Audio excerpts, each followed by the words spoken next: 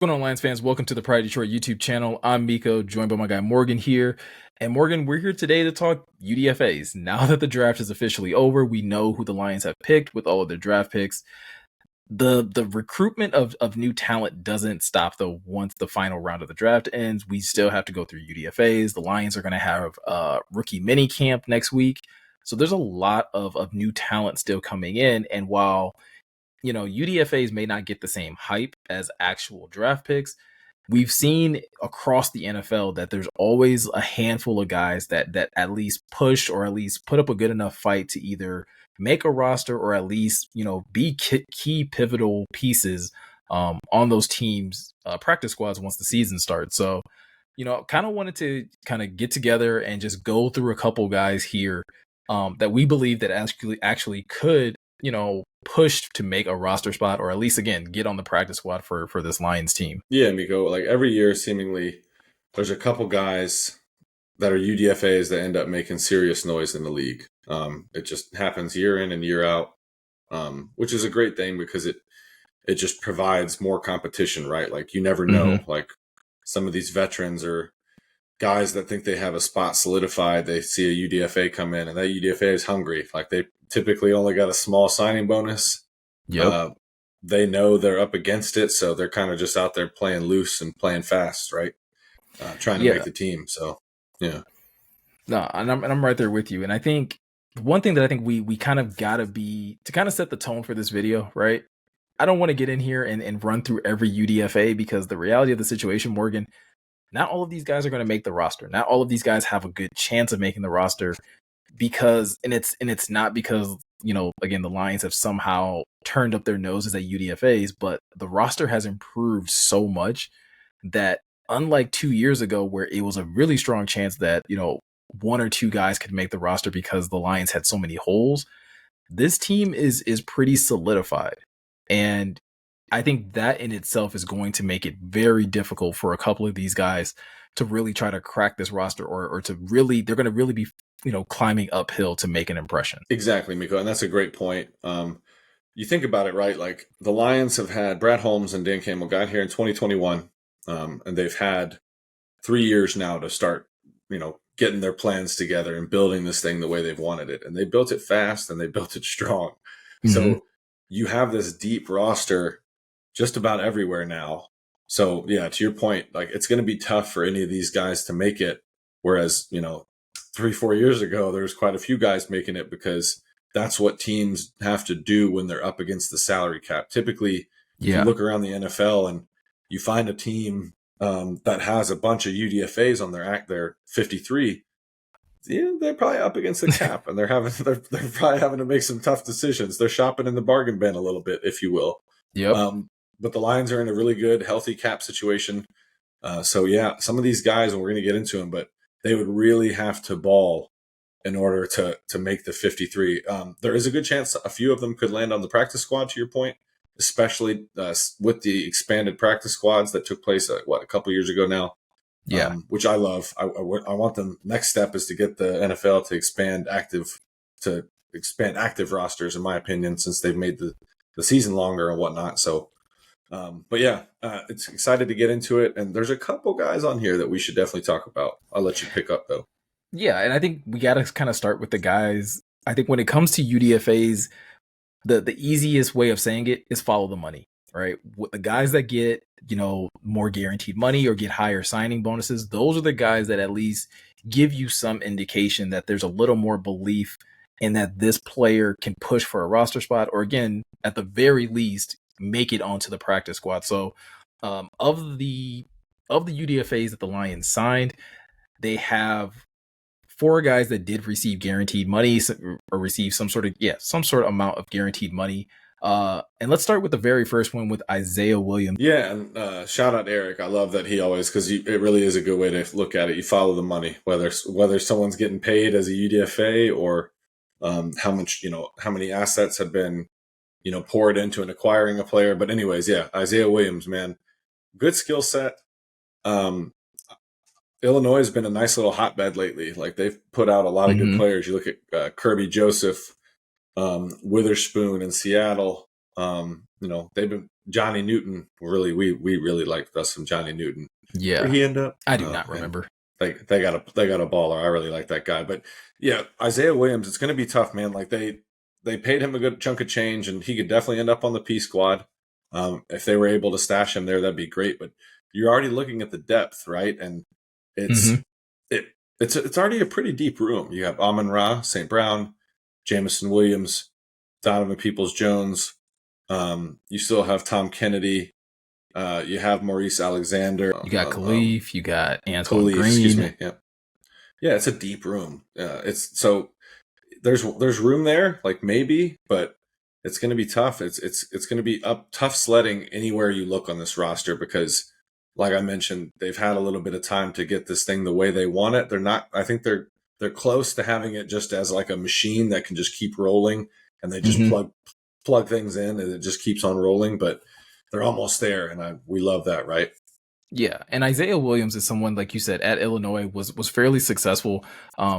Saved his last year for as his best year, went over 1,000 yards, was still able to put up 5 touchdowns, and I think I would have more faith in his ability to crack the roster if he wasn't solely, at least again how it seems, a slot receiver. Over 90% of his snaps in college came from the slot position. He started out at Illinois as a quarterback, made that transition to wide receiver, and to his credit, excelled at it, right? Like not every quarterback can make that adjustment, especially to a position like wide receiver, and still go out there and be very successful. So the fact that he continued to get better, I can see why the Lions would, target a guy like him and want to get him in the building and see, how he competes. But like you said, I think it does get really tricky if you're primarily a slot receiver, you haven't done a lot of special teams, how we can get you utilized on this roster when you have guys like Amon-Ra St. Brown that again, about 50% of his snaps are in the slot. You have Sam Laporta that operates within the slot. Ja operates within the slot. And even if it's not those guys, you still have Khalif and Tom Kennedy, who, again, have excelled and showcased over the years that they can be productive in those roles as well. So the Lions clearly see something in Williams to be able to, put such a financial investment in him. But it's like you said, it's going to be a tough fight for him to crack that roster. For sure. And this is where it's interesting because it's going to be looking at things with two perspectives, right? Mm-hmm. Like when training camp rolls around, you have Tom Kennedy. You know what Tom Kennedy is. You've been known for like the last 3 or 4 years now. Right. You know what I mean? Like it's a tried and true method. But Isaiah Williams might come in and, put on a little bit of a show. And if he starts balling, then that's where like Brad Holmes and Dan Campbell and Antoine Randall are going to have tough questions. Be like, man, like, should we, like it's what versus like, man, Isaiah Williams is already here. Like, what could we do with like a couple more years in our system? Right. And they believe in their system. They believe in their coaching and their player development because the proof is in the pudding. I would too, if I were them. So that's where it's interesting, right? Because you get to this point where, like if he has more upside and he's at least like at the end of the day, like if a bunch of injuries stack up and he can plug in and play the slot for a couple games, then you're probably going to roll with Isaiah Williams. And I think that's probably the thought process, right? Yeah, absolutely. So with that said, let's kind of move on and continue to kind of follow the money here. And the next person to get a pretty sizable signing bonus is center Kingsley, and I'm going to apologize in advance if I butcher this last name, Egwukan out of Florida. Another person that, again, received a good chunk of change. This one is a bit of a head scratcher, though, for me, Morgan, because the Lions actually signed 3 centers as UDFAs, and Kingsley is the one who got the most money. I guess this is a really good way of at least saying that they want to find somebody that they believe can back up, if not just Frank Ragnow, but also possibly Graham Glasgow, because we know Graham can kind of bounce back and forth between center and guard. Yeah, and I think this is like you said, a long-term play, right? Because you're pretty set on the interior as it stands right now, but not for the long haul. Frank Ragnow is only, I believe, 28, but he's dealing with those chronic injuries, and that toe, from what we understand, is inoperable. I think the doctors just told him it is what it is, bud. Like right at this point, like, yo, you just gotta roll with it, my guy. I'm sorry. Here's some pain medicine. So I do think you're there. And then obviously Zeitler and Graham Glasgow are up there in age, and you have Colby, you have Coyote, you have Mahogany. But yeah, I do think, and obviously Manu, shout out the big guy. But I do think this is a taking a stab at having a developmental center, whether it's Kingsley, Brian Hudson out of Louisville, or the Duke Clemens guy out of UCLA.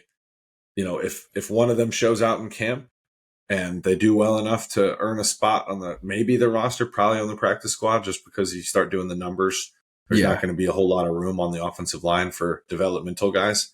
So hopefully that's what happens. And one of these guys shows enough, because again, going to the coaching, Hank Fraley, one of the best offensive line coaches in the business. Ask anybody, like they'll tell you. So that would be great, because if you could start grooming a replacement for Frank, and hopefully we still have 2 or 3 more years of all-pro Frank Ragnow at center. But this is Brad Holmes' job, right, to start thinking about the future and thinking about not only 2025 and 2024, but 26 and 27.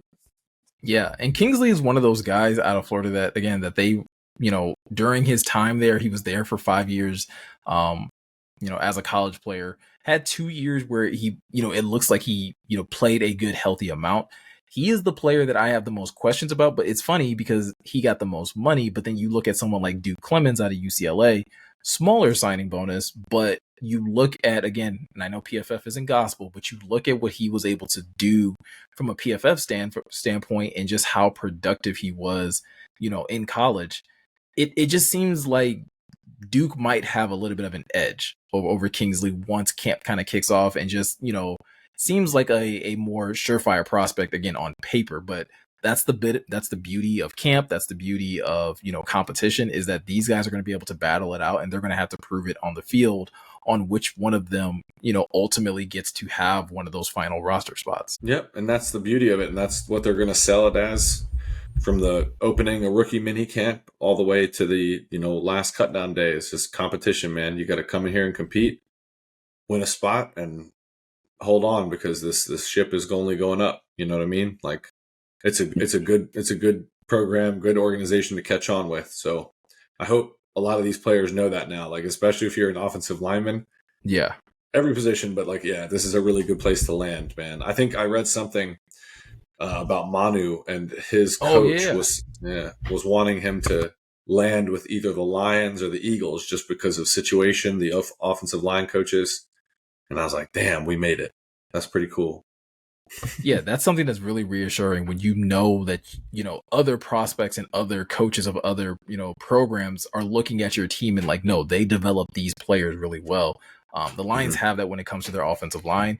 We're going to get a chance to see this year if they now have that in their defensive line. And the reason I say that, Morgan, is there is one of these UDFAs that I actually think could at least push for a roster spot, and that's Isaac Ukwu out of Ole Miss. This is a pass rusher, an edge rusher, possibly somebody that could, play that jack role or maybe just play as an edge, but was very productive at college. Played 2 years at James Madison, was able to rack up 7 sacks one season, 8 sacks another. He transfers to Ole Miss and still remains to be productive, even with that uptick in talent, able to rack up 5 sacks in his most recent season at Ole Miss. So again, yes, he's a UDFA. Yes, there's some quality edges on this team, but this is a position that the Lions didn't address in the draft. So I think Ukwu can come into this roster and actually have an opportunity to compete and maybe push for a roster spot. Yeah, I'm right there with you. And he, from what I understand, is going to be one of those guys who can, just bend the corner off the edge, right? Like, like get really low, good ankle flexion. All the scouts are going to love that. Being able to just really bend that corner and make it difficult for a tackle to even get their hands on you. So yeah, it'd be good competition. And JMU, that's a small school, right? A CAA. Yeah. But yeah, it's just another flyer, right? Like these guys, a lot of them at the end of the day, not to sound, cold hearted, but a lot of them are camp bodies, right? But you're still getting a shot. This is still awesome if you're one of these guys. And like we talked about, a few of them could have a good chance at least sticking in the practice squad. I think the active roster would be pretty crazy. Like those odds are going to be pretty low. Like, what do I you was gonna think? say, like, yeah, I was gonna say, like, that's pretty low considering the fact that, like, some of the guys that they drafted, right, are gonna have a hard time being Yeah. active on game days, right? Like, they'll all of their draft picks will more than likely make the final 53, right? Like, something would have to go horribly wrong for that to not happen, but most of these guys will make the 53. Making the active roster is going to be tough because, like we said at the beginning of this video, the depth and the, like I've been saying, the floor of this team has improved. And so now, if you're a UDFA, like, yeah, you're really gonna have to come in here. You're really gonna have to compete. You're really gonna have to really try to take a player off their spot, and at the very least, show that you can play on special teams and contribute there. And maybe that's a way that you can kind of, again, catch somebody that's near the bottom of the roster that doesn't have that same versatility to be able to play on special teams. And if you can show a commitment to that, then maybe that's your ticket to making the roster. Yeah, that's how it's always been, and probably even more so for like a team like the Lions, who are just stacked a lot and damn near everywhere.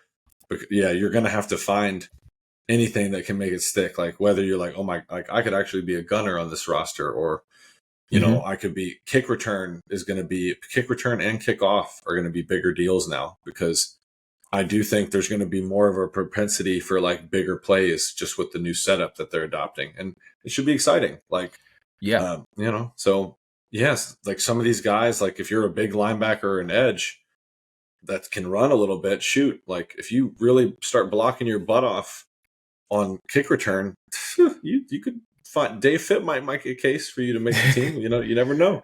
That's pretty much like, I think this is like the most honest way we can talk about these UDFAs, right? And it's not, again, to be dismissive. It's just the reality of the situation, and it's a good sign for your football team that the entry to this roster, if you're a UDFA, is more difficult. That it's not a given, you know, thing. If you're the Lions or if you're a fan of the Lions, so that's pretty much going to do it for this video. If you guys have any other like input or comments, or if there's guys on that are coming in as UDFAs that you feel strongly about, let us know in the comment section below. Also, you can go and head over to pridedetroit.com. There is a UDFA tracker on the website, so you can see every UDFA that is currently signed to the roster. Rookie minicamp tryouts start next week, so there you can also see which players are coming in for tryouts next week. All of that information will be over on the website. Also, make sure to hit that subscribe button and hit that notification bell.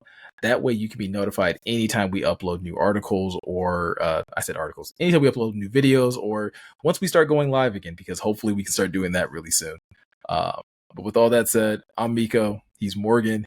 Thank you guys for watching, and we'll be sure to catch you guys in the next one.